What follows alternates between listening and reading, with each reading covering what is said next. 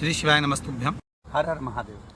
जैसा कि शिव महापुराण के अंतर्गत आप और हम कथा में श्रवण करते हैं कि शिव मंदिर में झाड़ू लगाना, शिव मंदिर में पोछा लगाना, शिव मंदिर में दीप जलाना, शिव मंदिर में अक्षत चढ़ाना, शिव मंदिर में बेलपत्र चढ़ाना, जल चढ़ाना कितना सार्थक है, कितना आनंदित है। ये तो हमने शिव पुराण के अंतर्गत पढ़ा, पर आज हम स्कंद पुराण को लेकर यहाँ बैठे हैं, स्कंद पुराण पर चर्चा कर रहे हैं। स्कंद पुराण के अंतर्गत सुंदर महेश्वर खंड में, केदार खंड में शिव पूजन महिमा का वर्णन किया गया है। आप और हम इसको पढ़ते हैं।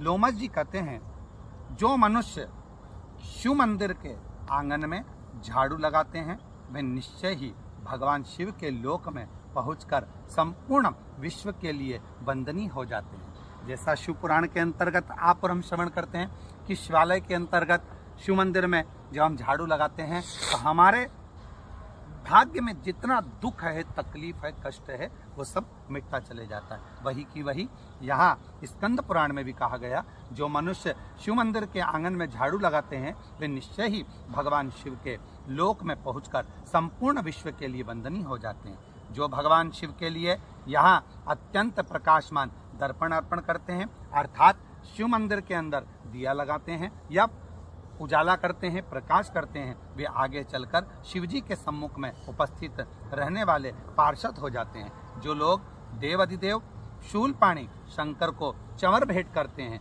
या उनके मंदिर में जाकर चंवर डोलाते हैं, वो त्रिलोकी में जहाँ कहीं जन्म लेंगे उन पर बाबा शिव की कृपा बनी ही रहती है। जो परमात्मा शिव की प्रसन्नता के लिए धूप निवेदन करते हैं, शिवालय में हम धूप जलाते हैं या गूगल की धूप जलाकर भगवान शंकर के सामने हम घुमाते हैं, तो यहाँ कहा गया है वह पिता और नाना दोनों के कुल का उद्धार कर देता है। ऐसा भगवान देवाधिदेव महादेव की आराधना, शिव पूजन, शिवलिंग की आराधना स्कंद पुराण वर्णन करती है। हम जितने भाव से करते हैं, बाबा देवाधिदेव महादेव हम पर कृपा जरूर करते हैं। श्री शिवाय नमस्तुभ्यम। है एक सिक्का रखना है थाली में। पूजन धनतेरस से चालू करा, रूप 14 पर करी, रूप 14 से करी, दीपावली पर पूज लिया और मालूम पड़ा फिर आ गया गोवर्धन पूजन।